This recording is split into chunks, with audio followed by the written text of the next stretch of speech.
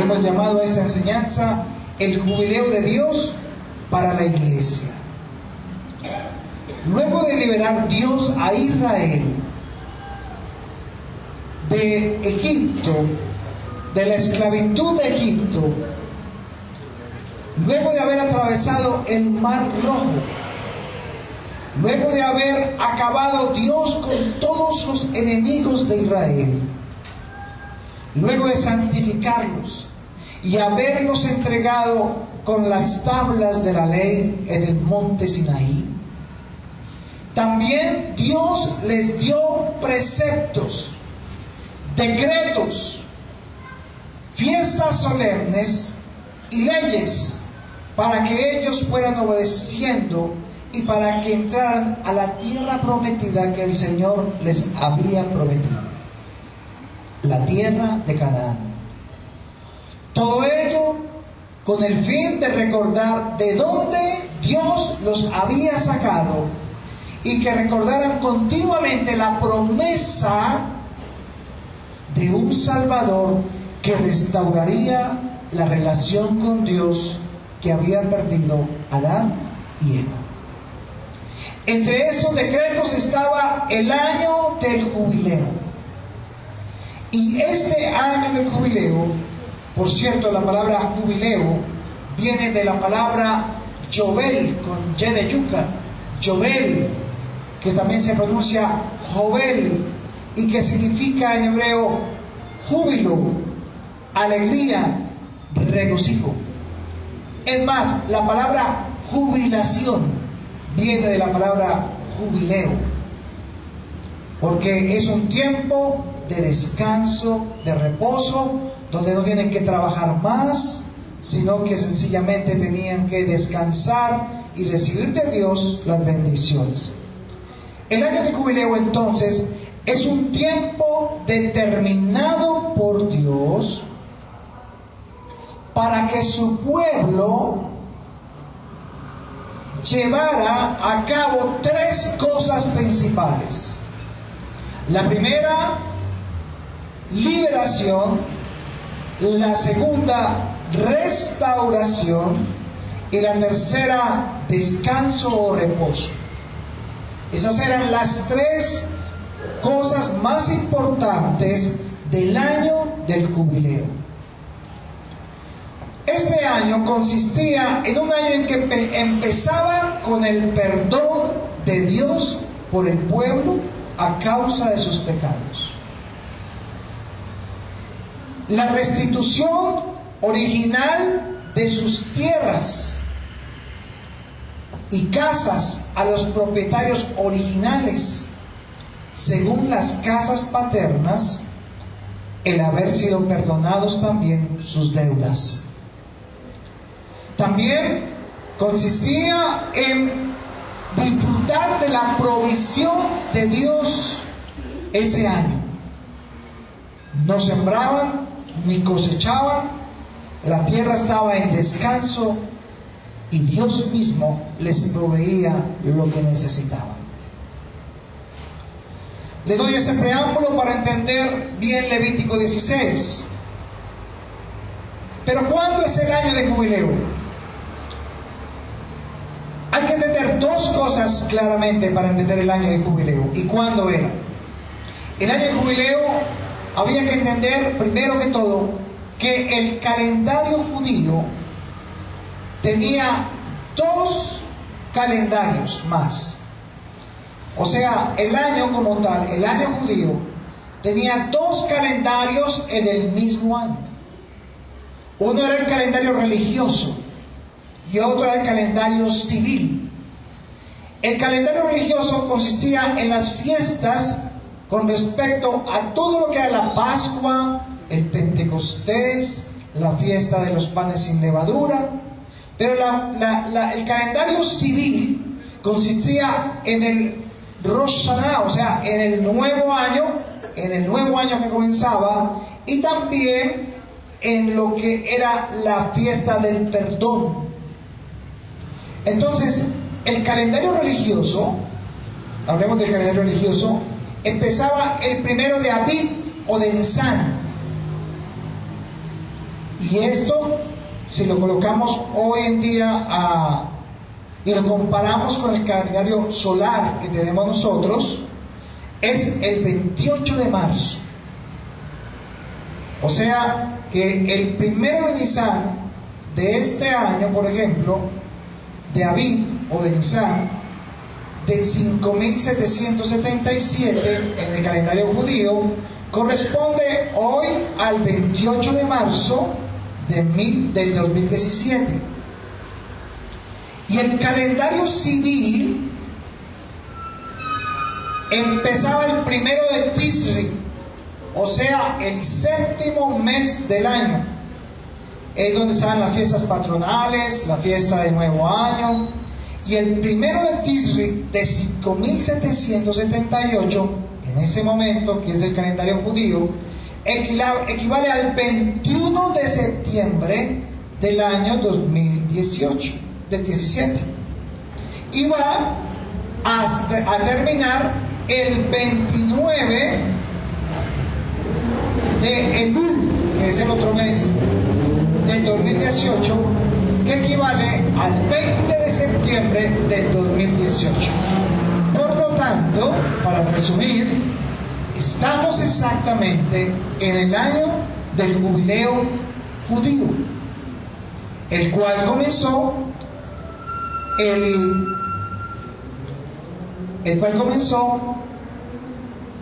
20 de septiembre, el 21 de septiembre de 2017 y termina el 20 de septiembre del 2018.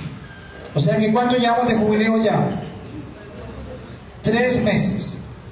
Personalmente, yo he creído esta palabra y en mi familia la hemos recibido de parte de Dios.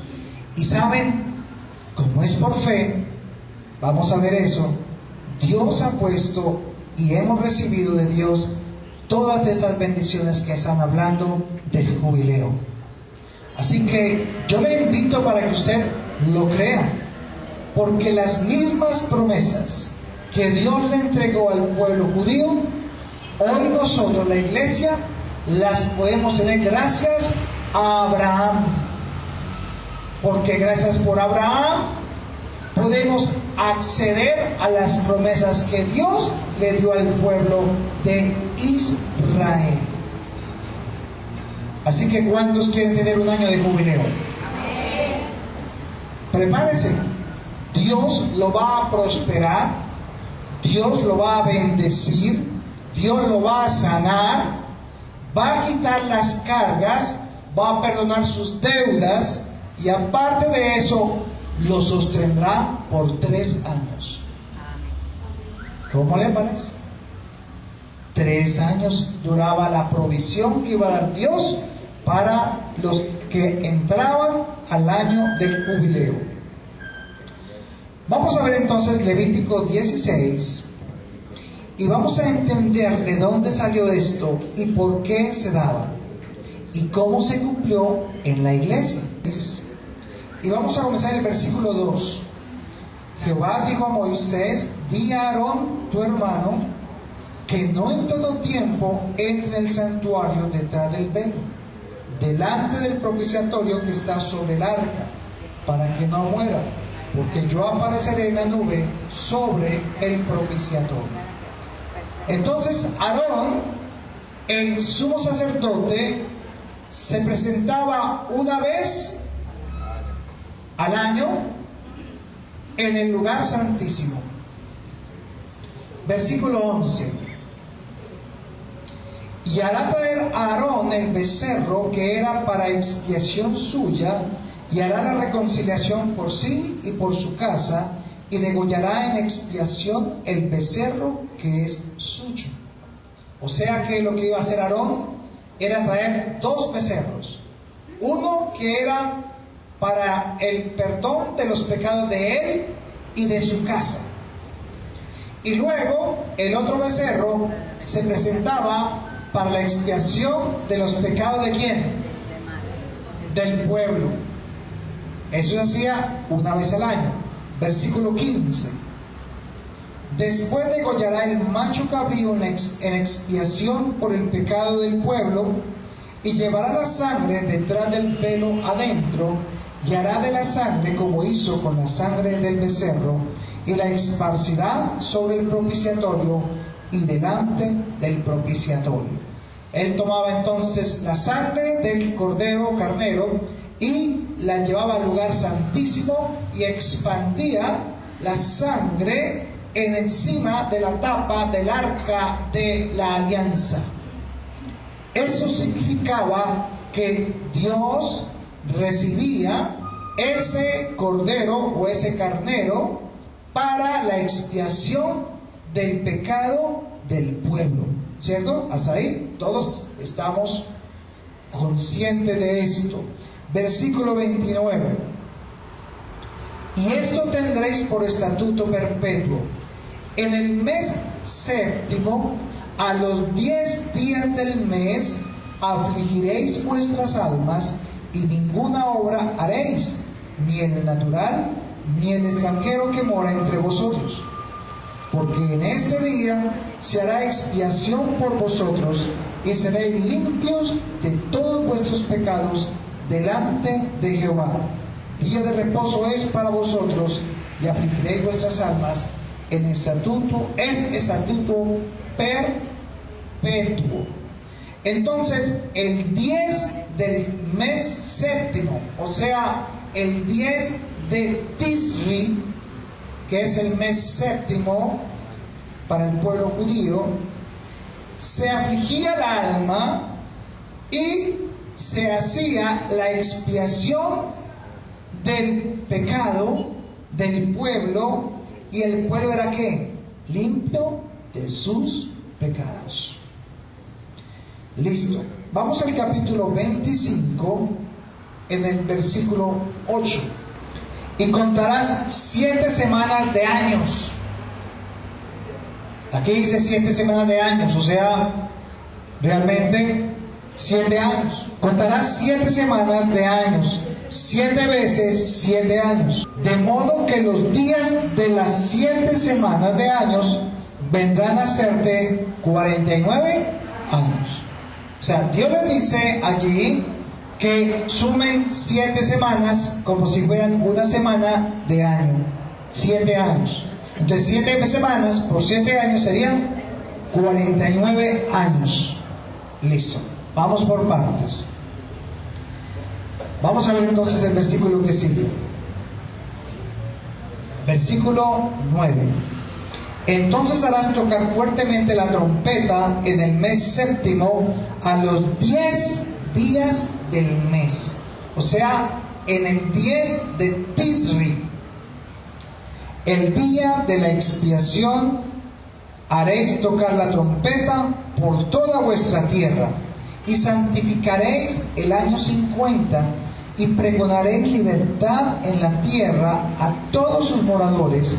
Ese año os será de jubileo, y volveréis cada uno a vuestra posesión, y cada cual volverá a su familia. El año 50 os será jubileo. No sembraréis, ni segaréis lo que naciere de suyo en la tierra, ni vendimiaréis sus viñedos, porque es que jubileo santo será a vosotros. El producto de la tierra comeréis. En este año de jubileo volveréis cada uno a vuestra posesión. Cuando, vamos hasta el versículo 14. Y cuando vendiereis algo a vuestro prójimo, o compréis de mano de vuestro prójimo, no engañe ninguno a su hermano. Leémoslo hasta ahí. Dios entonces está diciéndole que el año del jubileo era una semana que correspondía de 7 años, 7 semanas, que son 49 años. Tenían que sumar 49 años, y cuando llegaban a la semana, al año 50, ¿comenzaba qué? ¿Qué comenzaba? El año del jubileo santo. Ok.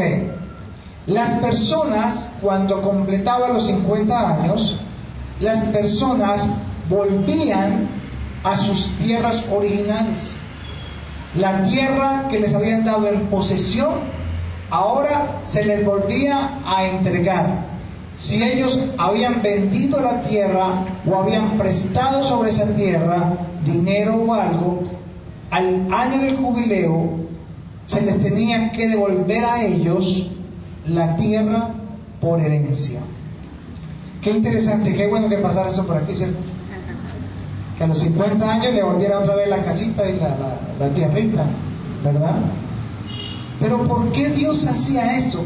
Y esto es lo que quiero que ustedes comprendan, porque es muy importante para su vida, para su familia y para nosotros. Las familias también se reconciliaban en este año nuevamente.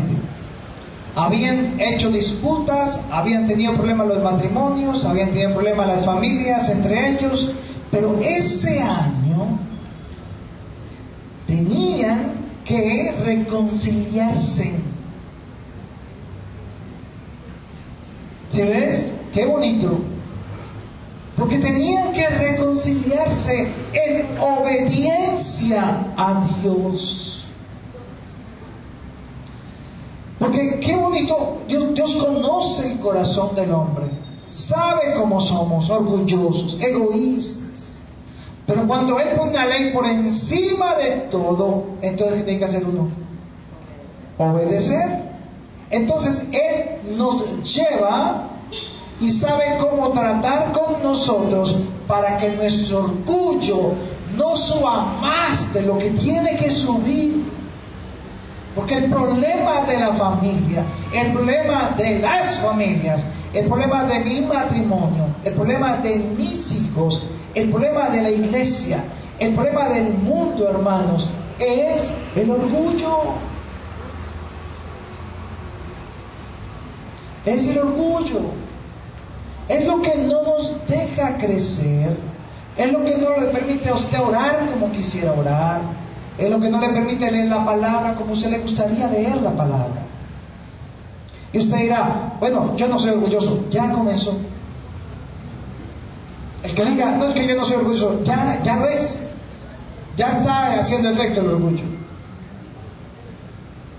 Entonces, también este año se pregonaba ese año como jubileo y que todo el mundo lo supiera. O sea que la iglesia, ¿qué tendría que hacer este año? Contarle a todos por qué nos estamos reconciliando. ¿Por qué razón estamos perdonando la deuda? ¿Por qué razón estamos ayudando al necesitado? Es tiempo de cosecha, pero es Dios mismo quien los iba a sustentar a ellos. Era un año santo a Jehová. ¿Sabe qué pasaba con los hijos? Regresaban a casa. ¿Se acuerdan la historia del hijo pródigo? Bueno, ese hijo regresó a casa. Así era la cosa. Así era el regresar en ese año de jubileo. En el versículo 17, leamos 25-17. Y no engañe ninguno a su prójimo, sino temed a vuestro Dios, porque yo soy Jehová vuestro Dios. ¿Cuál es la orden? No engañar. Y eso era en el año del jubileo. No era una semana, no eran 2 días, no era un mes. Era un año donde las personas se guardaban de mentir. ¿Usted se imagina un hábito de no mentir en un año que produce? No volver a mentir. Pero el mundo dice que para crear un hábito en una persona, por ejemplo, para ir a trotar, usted se va a trotar el primer día, pero no va. El segundo día, todos los días pone el celular, la alarma, pero usted se levanta y despierta y la apaga, pero no es capaz de levantarse. Algunos tienen más fuerza de voluntad y se levantan. Y dicen que se crea un hábito después de 16 días, o hasta 21 días inclusive. ¿Sabe cuánto se necesita para habituarse a no mentir? 1 año sin mentir. Qué bonito, ¿verdad? No mienta 1 año y usted nunca más mentirá.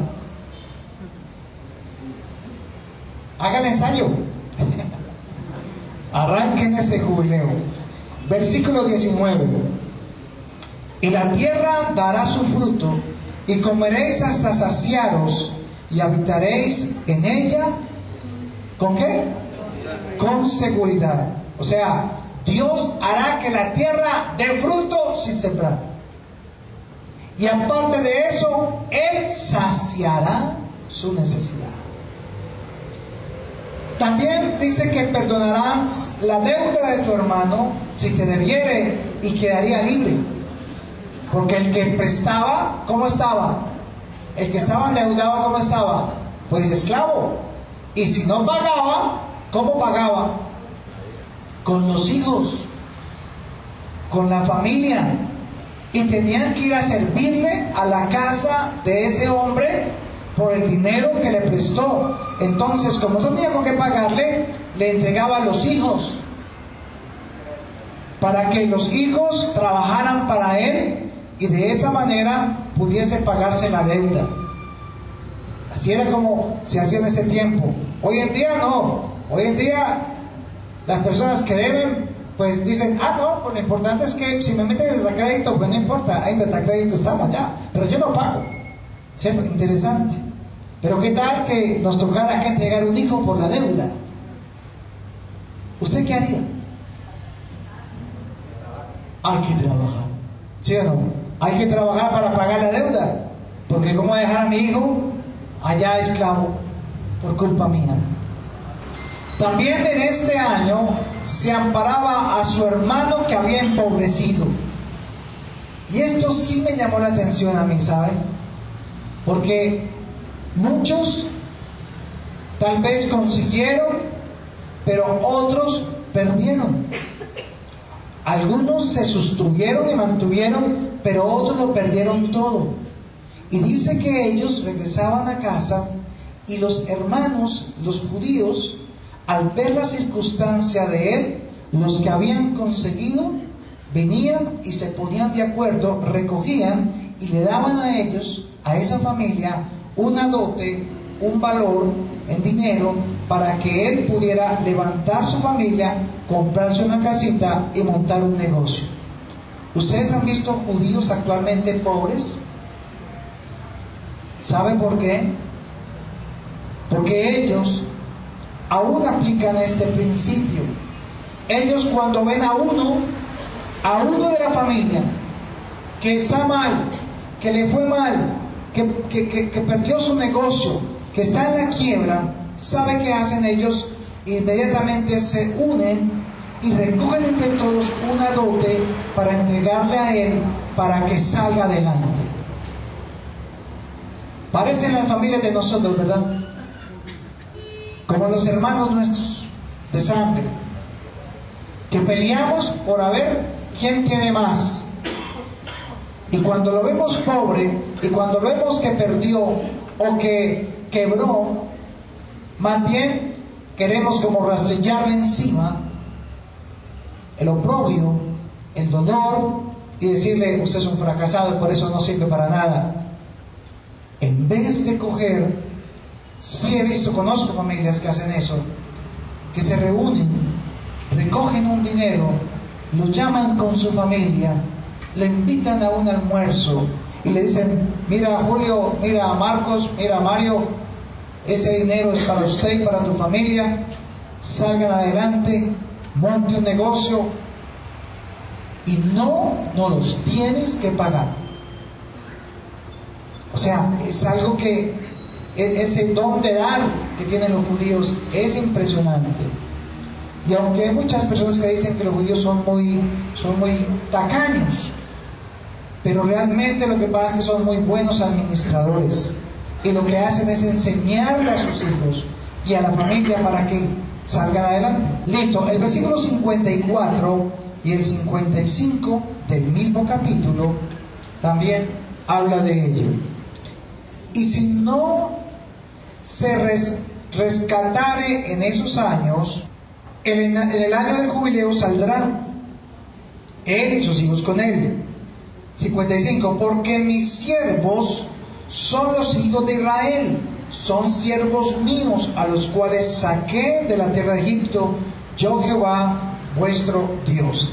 La razón de que el hermano estuviera en condición de siervo o esclavo debía recordársele que en el año del jubileo, ¿cómo iba a ser?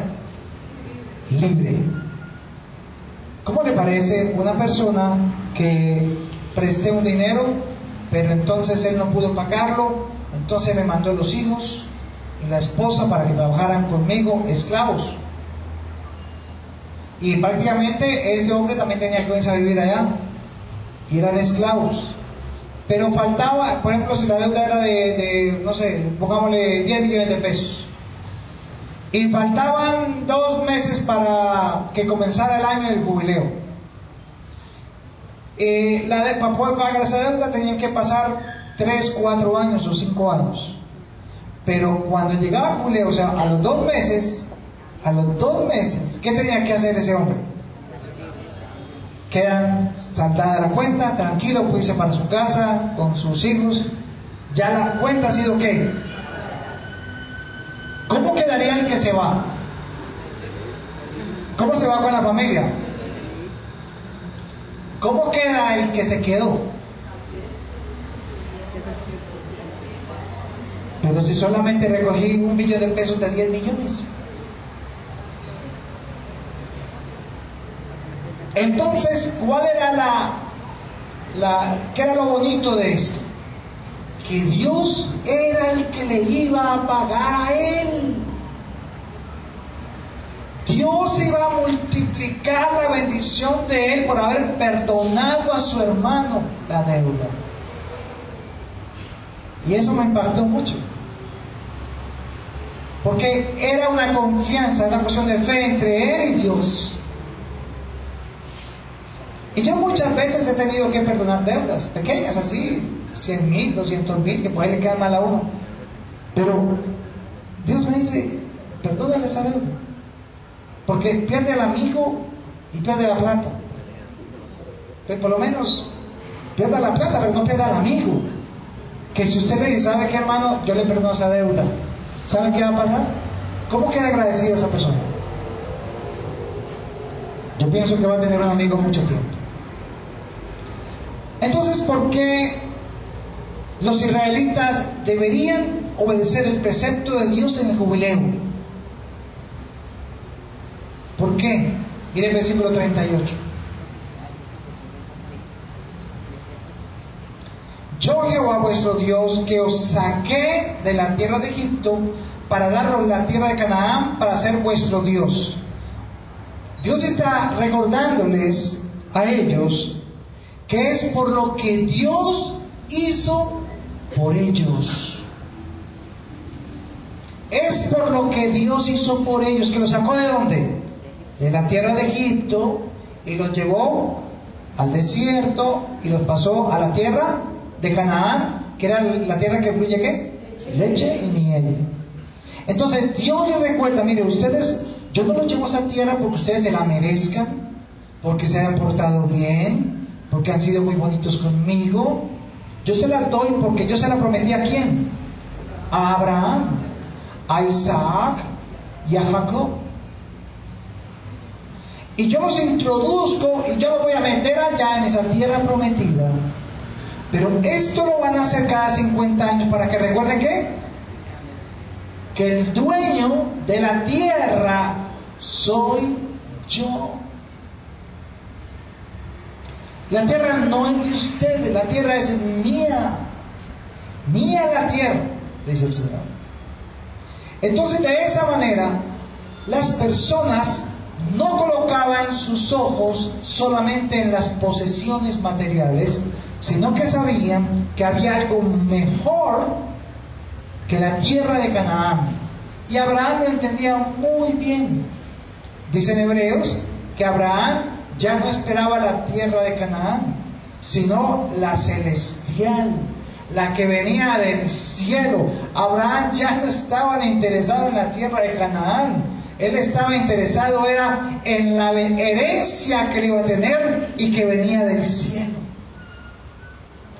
Entonces, el versículo 42 dice así: porque son mis siervos los cuales saqué yo de la tierra de Egipto, no serán vendidos a manera de esclavos. Versículo 45. También podréis comprar de los hijos de los forasteros que viven entre vosotros y de las familias de ellos nacidos en vuestra tierra, que están con vosotros, cuales podréis tener por posesión. Y los podréis dejar en herencia para vuestros hijos después de vosotros, como posesión hereditaria. Para siempre os serviréis de ellos, pero en vuestros hermanos, hijos de Israel, no os enseñorearéis cada uno sobre su hermano con dureza. ¿Se acuerdan de Adán y Eva? Dios le dijo a Adán, cuando estaba en lo perfecto, que él iba a señorear ¿sobre qué? Sobre los peces del mar, sobre las aves del cielo, sobre los animales sobre la tierra, todo lo que se arrastre sobre la tierra. ¿Y qué dijo de la mujer? No te enseñorearás de tu mujer. O sea, originalmente el ser humano no se puede enseñorear de otro ser humano. Usted no tiene esclava en su casa. Usted no tiene hijos que tienen que responder por usted. Es usted el responsable del hogar. Y las mujeres que están solas o no están casadas, pues son, digámoslo, cabeza en esa casa. Sin embargo, Jesús es su Señor. Así que Dios no le dio dominio sobre la mujer. Por eso el machismo no cabe en la iglesia. Yo no mando a mi esposa a que me haga la comida. Yo no le ayudo a ella a arreglar la casa. No, ese es nuestro hogar. Yo lavo mi loza, porque la loza de quién es, de todos los de la casa. Yo no lavo el baño de la casa, no, yo lavo mi baño porque es de nosotros. El hogar no es de la mujer y yo le ayudo, no, el hogar es de la familia. ¿Cuántos de ustedes, hijos míos, los hijos chiquitos, le han arreglado la ropa a su mamá de su closet? ¿Cuántos se la han doblado? Ah, es que eso no es problema mío. No, es problema suyo. Usted no le tiene con qué pagar la comida diaria que le hace, pero sí le puede llevar y organizar su cocina, organizar su cuarto, su closet. Dígame, ¿cuál de los hijos que hay acá le embetunan los zapatos a su papá? Yo le embetunaba a mi papá los zapatos, yo me recuerdo. Y me gustaba. Y era muy agradable, se siente uno muy bien haciéndolo. Porque uno quería ver al papá bien. Y como mi mamá también limpiaba las camisas y para colocárselas a su esposo, a mi papá. Pero ¿sabe qué era lo bonito? Era muy diferente cuando él se colocaba la camisa y era muy diferente cuando ella era quien le cerraba la camisa y le colocaba la corbata y le colocaba el saco y ella, este pelito por acá, este pelito por acá. Pero ahorita nos toca a nosotros hacer todo eso, ¿cierto? Y está bien, no tiene que hacerlo la mujer, pero es para que no perdamos ciertos detalles importantes. Entonces el propósito de la legislación del jubileo era bien claro. En la vida del pueblo de Dios, allá en Israel, debía manifestarse tres cosas. Debería manifestarse la equidad, la justicia y la compasión. Así como había libertad, restauración y descanso, se tenían que manifestar tres cosas: la equidad, la justicia y la compasión, porque eran aspectos fundamentales de la alianza. Por lo tanto, los creyentes, en tanto que fueran herederos de las promesas y bendiciones de esta alianza, deberían ser luz para los demás en ese lugar. Yo le pregunto, ¿su familia sabe, sus hermanos saben cómo es su familia en casa? ¿Por qué no le quieren copiar? ¿Por qué no lo quieren seguir? ¿Qué es lo que ven en su vida o en su casa que no les gustaría seguirlo? ¿Será que no somos sal? ¿Será que no somos luz? No, es que esos vecinos, ¿cómo alegan? ¡Ja! Alegan de día, de noche, para acostarse, por la mañana para dormir. ¿Usted por qué no le habla de Dios al vecino? Porque le da vergüenza. Porque usted sabe que el vecino lo ha escuchado. Entonces se siente avergonzado porque usted sabe que no está haciendo luz. Pero realmente, si usted ve una persona coherente, organizada, planificadora, que es buena administradora, le hago una pregunta: ¿ustedes lo seguirían? Claro. ¿Por qué? Porque usted quiere aprender a hacer eso. Entonces es muy importante que todos podamos hacer eso. El contexto histórico entonces social en el que fue dada la declaración de jubileo se presentaba un panorama sombrío: la esclavitud, la crueldad, la tiranía, pero cuando llegaba se tenía que ¿qué? Destruir eso, desaparecer. La pobreza en el tiempo de Israel aún era muy grande también. Pero sabe, la pobreza y aún la miseria extrema apenas escandalizaban a alguien en ese tiempo. ¿Usted se imagina que hubiéramos hecho un jubileo cada 50 años en Colombia, en Armenia? ¿Qué pasaría con los que viven en la calle? Ya no estarían. Porque ellos, como dijo Ricardo, le vamos a ayudar con el fin de ¿qué? De que usted ayude a otro. Y eso es lo que necesitamos mostrar hoy, el ejemplo. La única manera de sacar a esas personas es el ejemplo y enseñarles para que ellos enseñen a otros. Entonces el propósito del jubileo era que Israel tuviera en cuenta cosas muy ejemplares.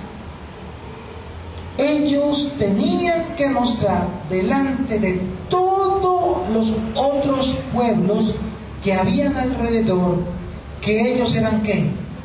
Diferentes.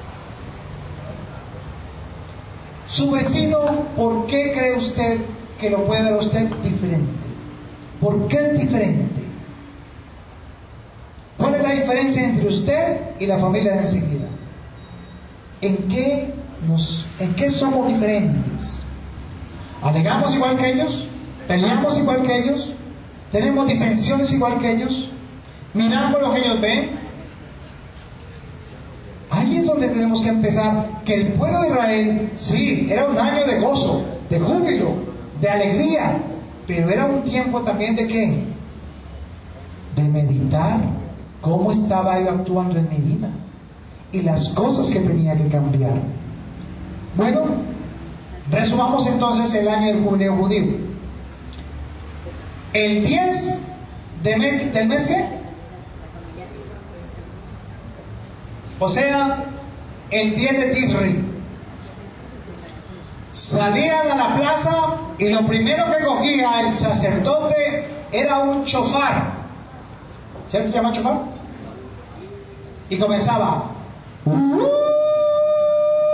¿Cierto? Pero así, igualito. Y entonces la gente ya sabía, comenzó el año de jubileo. Eso era lo primero que se hacía. Se le daba la buena noticia a todos alrededor. Oiga, comenzó el jubileo, el año de jubileo. Gloria a Dios. Se acabaron nuestros problemas, nuestras aflicciones, nuestras opresiones. Y todo el mundo compartía con otros. Era la buena noticia. Los que habían perdido todo eran consolados. Y se les ayudaba con alimento y con bienes de una forma sincera. y beneplácita para ellos. Y se apoyaba a los hermanos que estaban quebrados y sufridos por las circunstancias con sus familias. También los que eran esclavos, que eran libres, eran libres con sus familias. Y la deuda, ¿cómo quedaba? Saldada.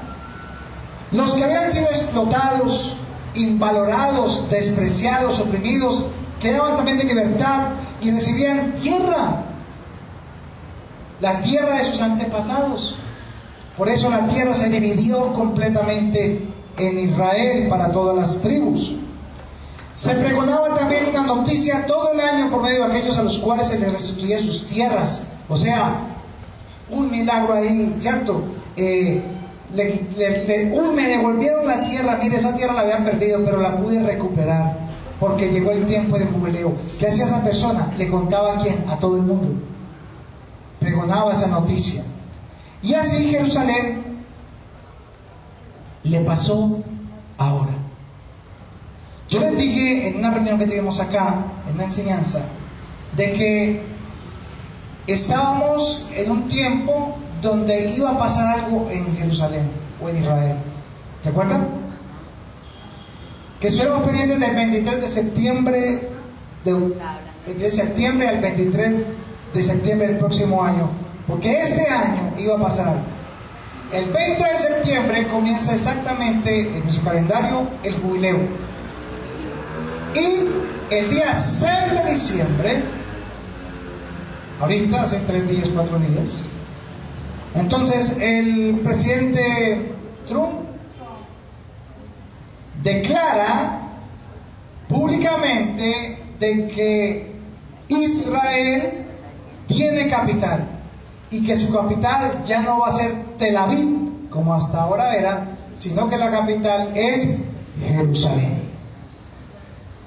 Eso para nosotros, pues, bueno, pero vaya para allá, para que vea el problema que se está formando allá, porque Jerusalén es considerada la capital de las 3 principales religiones del mundo: los judíos, los musulmanes y los católicos o cristianos. Pues con nosotros no hay problema. Los católicos allá, pues, bueno, al Papa no le gustó tampoco la noticia. A los musulmanes, pues sí que menos, porque si algo ellos tienen es que Jerusalén es de ellos. Pero realmente, por mucho tiempo, Jerusalén ha sido la capital de Israel. Lo que pasa es que no ha sido, ¿qué?, reconocida públicamente. Y 5 presidentes americanos se habían abstenido de dar ese mensaje, más Obama, que era como medio musulmán. Pero este hombre, este loco que está allá en Estados Unidos, sí se levantó porque tiene una cosa muy especial.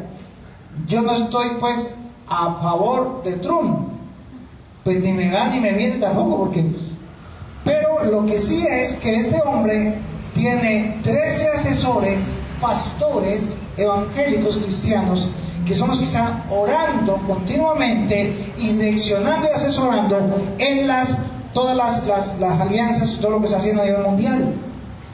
Y entonces se levantó y dijo muy temprano, el 6 de diciembre, Jerusalén es la capital de Israel, y para de contar. Entonces los musulmanes están rebotados y todo eso, ¿qué tal?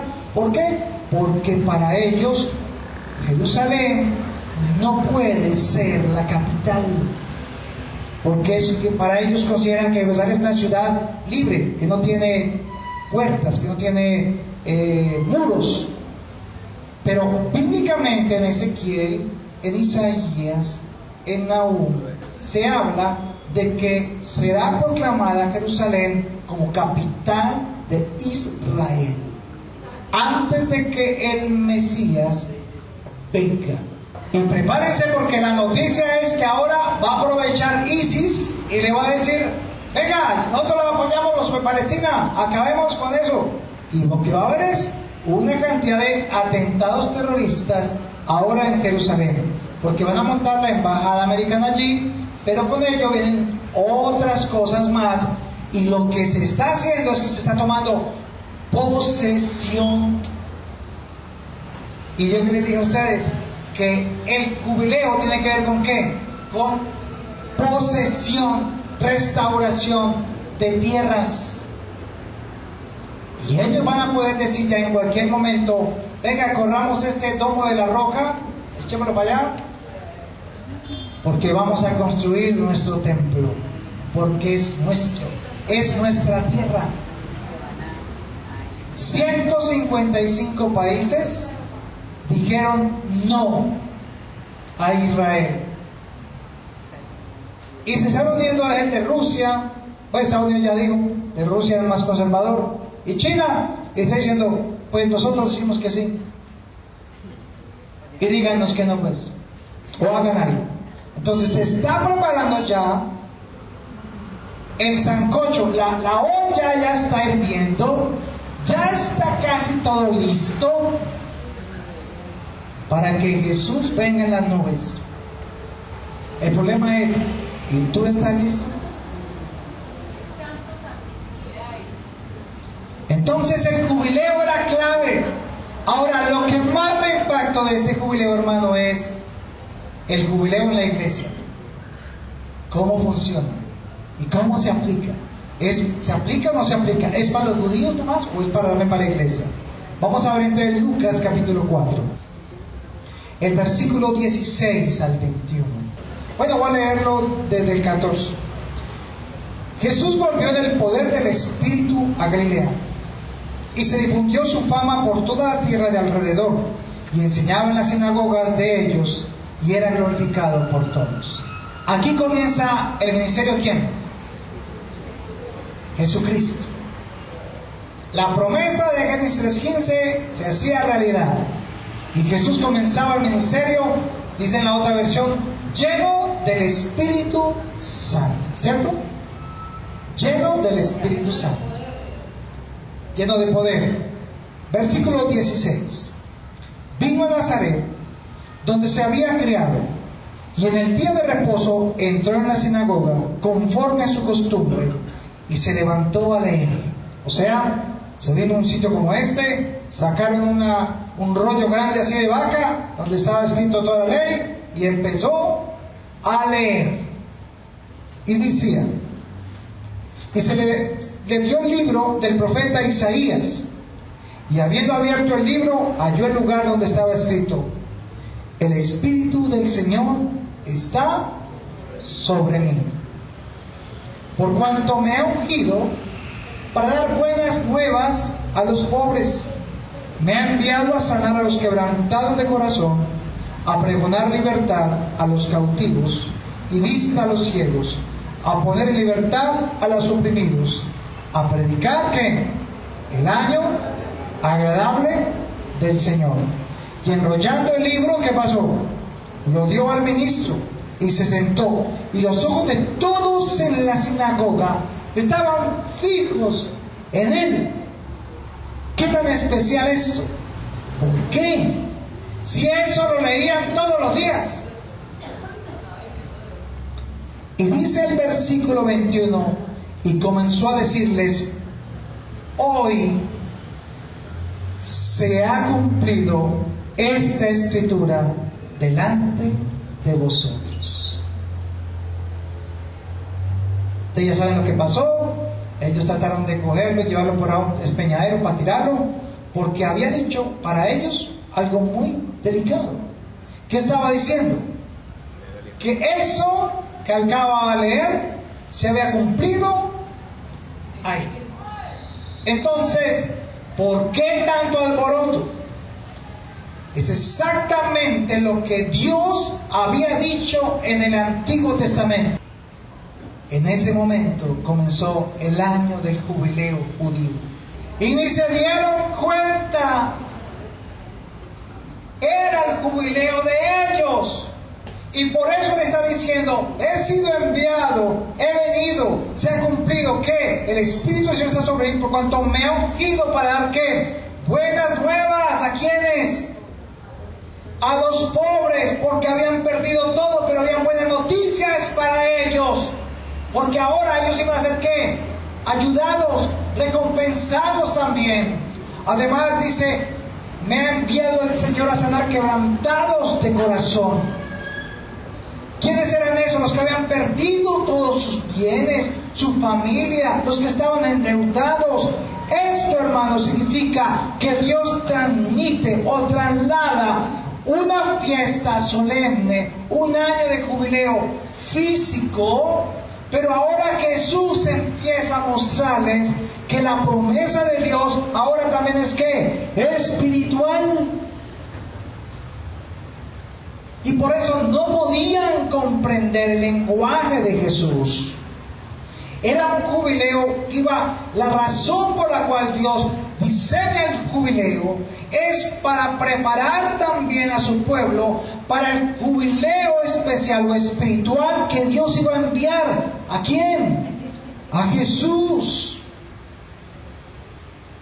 Entonces, recuerda el versículo 16, en el versículo 19, por eso él termina diciendo en el versículo 19, a predicar el año agradable del Señor. ¿Sabe cómo llamaban el jubileo?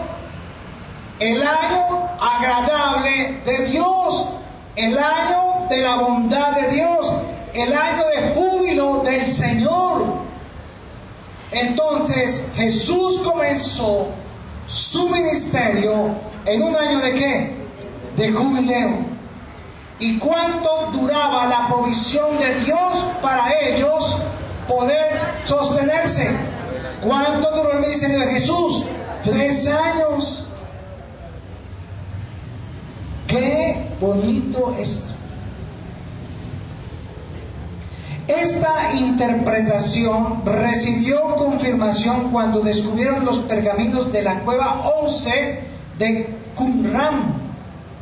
Hace poco, en el 65, 68, que descubrieron pergaminos, de muchos los que descubrieron pergaminos allí, había muchos pergaminos de ese tiempo, en los cuales se relaciona estrechamente el pasaje de Isaías 61 con Jesús. ¿Y qué dice Isaías 61? El Espíritu de Dios está sobre mí, por cuanto me ha ungido para llevar la buena nueva a los pobres, me ha llamado para libertar a los cautivos, para libertar a los oprimidos, y es lo mismo exactamente que Jesús está declarando y que está leyendo ese día en la sinagoga. Entonces el año en que comenzó Jesús el ministerio fue el año del jubileo judío. Era tiempo de ¿qué? De liberación, de restitución y de descanso. Y Jesús, ¿qué empezó a hacer en el ministerio? ¿Qué fue lo primero que hizo después de salir de allí? ¿Sacar qué? Demonios. Liberar. ¿Restituir qué? La segunda parte dice la restitución. ¿Qué empezaba a hacer?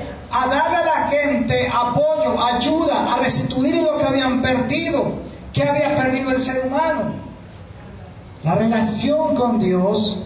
Entonces, era un año de jubileo muy, pero muy especial, porque llegaba ¿quién? El Salvador, el Libertador. Y fue ungido con el Espíritu Santo para llevar el Evangelio de Dios. Además, las buenas noticias es que llegó la promesa para el perdón de ¿qué? De pecados. Llegaba el que perdonaba la deuda por el pecado. Traía sanidad a los que habían sido ¿qué? Oprimidos, los que estaban enfermos, los que habían sido maltratados. Ahora traía libertad a los que estaban esclavos de ¿qué? Del pecado. Y a traer luz y conocimiento a los que estaban ciegos por el enemigo. Y aparte de eso, a libertar a los que estaban oprimidos por el diablo y sus demonios. A pregonar el año agradable del Señor. El tiempo de ¿qué? De libertad, de restitución y de descanso, porque Jesucristo también es el reposo de Dios. Amén. Entonces ellos no entendían allí, los fariseos, pero Jesús sí sabía lo que estaba haciendo. Ahora Dios, así como presentó el tabernáculo, así como presentó también la fiesta de los panes sin levadura, la Pascua, el jubileo, también era no una semana, un día, un año, en el que Él iba a decir: hoy se ha cumplido esta palabra delante de vosotros. Llegó el tiempo de la liberación, ¿qué? Espiritual. Porque ¿cómo estaba la gente? Oprimida, no había libertad, estaban totalmente guiados por el demonio. ¿Y cómo podemos confirmar esto? Necesitamos un testigo que nos confirme que eso era verdad. ¿Quieren verlo? Mateo capítulo 5, versículo 1 al 12. Vamos a ver algunos de ellos. Es el tan llamado como Sermón del Monte. Mateo capítulo 5, versículo 1 dice: viendo la multitud, subió al monte, y sentándose, vinieron a él sus discípulos, y abriendo su boca les enseñaba diciendo: bienaventurados los pobres en espíritu, porque de ellos es el reino de los cielos. Vamos a ampliar esto. En el versículo 3 está hablando que gozosos, felices, alegres, regocijados, ¿quiénes? Los pobres en espíritu, porque de ellos es el reino de los cielos. Jesús está hablando de un reino, el reino de los cielos, en la herencia de Dios para los que le han creído.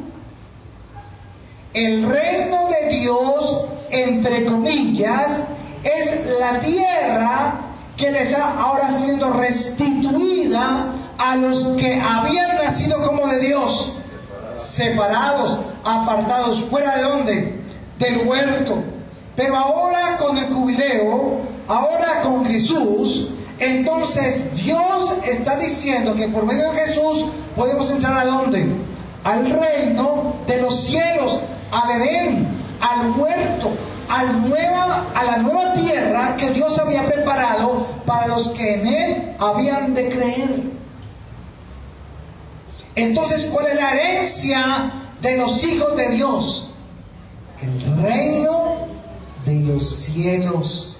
¿Se acuerdan que la gente tenía su tierra, pero que debido al caminar en los años, por hacer negocios, ¿qué podía pasar?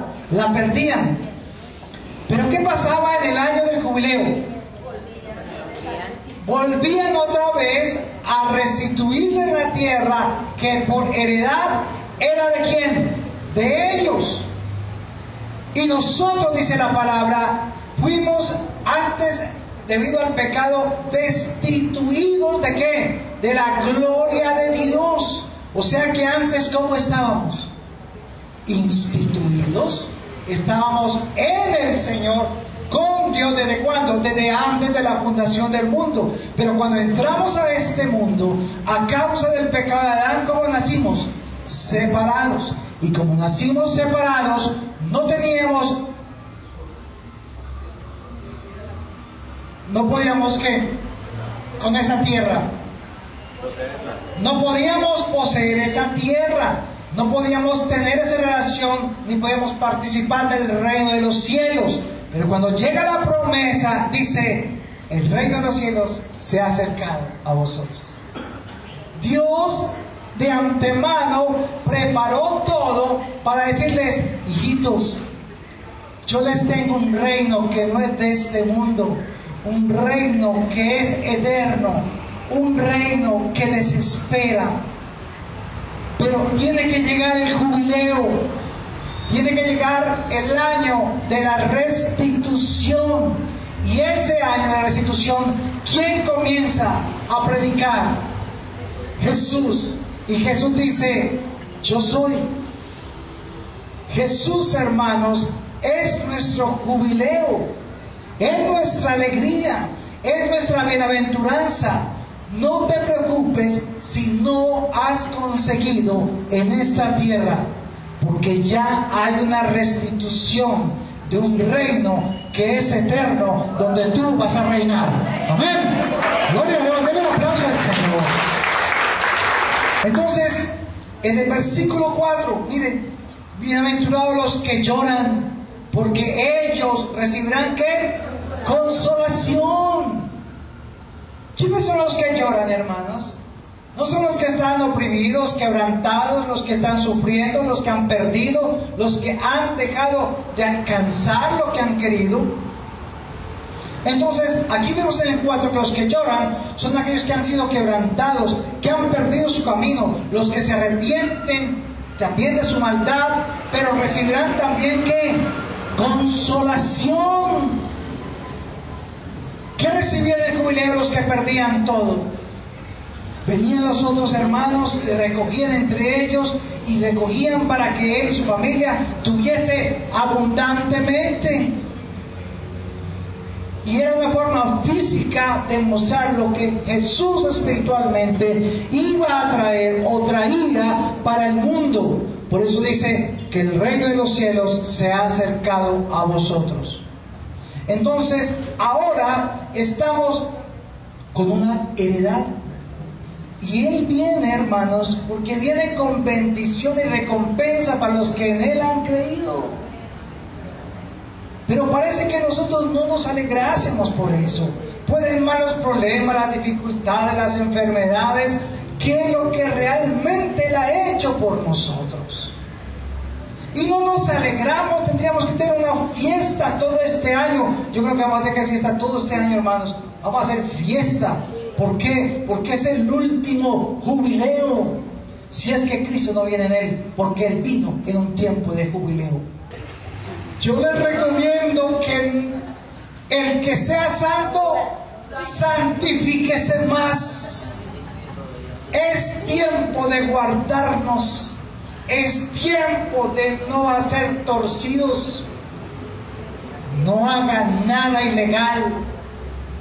No mienta. No robe. No engañe. No calumnie. No juzgue. Guárdese santito, porque el Señor podría venir este año. Primera de Pedro, capítulo 1, versículo 3 al 7. Capítulo 1, versículo 3 al 7. Bendito el Dios y Padre de nuestro Señor Jesucristo, que según su grande misericordia nos hizo renacer para una esperanza viva por la resurrección de Jesucristo de los muertos. ¿Para una herencia qué? Una herencia incorruptible. Mira, hermano, nosotros no entendemos eso. Una herencia incorruptible, incontaminada, inmarcesible, reservada ¿dónde? En los cielos para nosotros.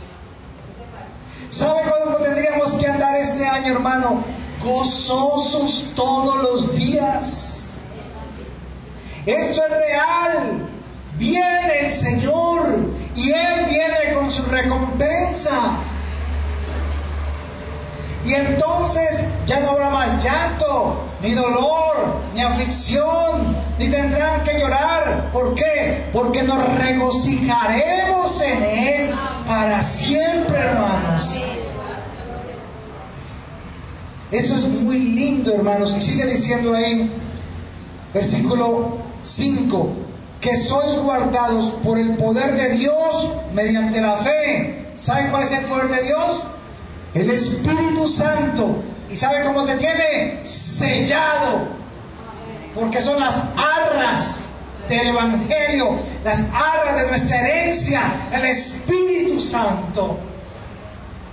Y aunque tú le tengas en poco, Él te tiene en mucho. Y aunque tú no lo busques, Él te guardará. Y aunque tú no quieras leer la palabra, Él te llevará por caminos que no conociste, y te guardará y te sostendrá con el poder de su mano. Él será tu escudo, tu galardón, tu pronto auxilio, tu socorro. Dice el versículo 6, en lo cual vosotros os alegráis, aunque ahora, por un poco de tiempo, si es necesario, tengáis que ser afligidos en diversas pruebas. Pero dice, para que sometida a prueba vuestra fe, mucho más precioso que el oro, el cual aunque perecedero se prueba con fuego y sea hallada en alabanza, gloria y honra cuando sea manifestado, ¿quién? Jesucristo, a quien amáis sin haberlo visto. Aleluya, hermano. Gloria a Dios.